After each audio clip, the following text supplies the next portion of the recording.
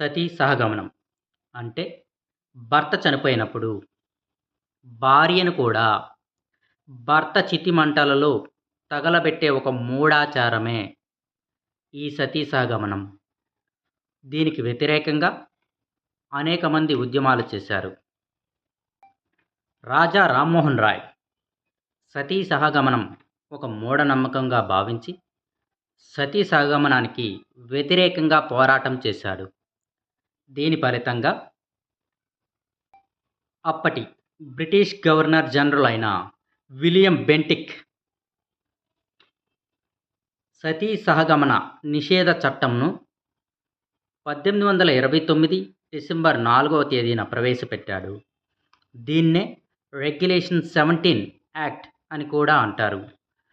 1829 December 4న సతీ సహగమన నిషేధ చట్టం అమల్లోకి వచ్చింది.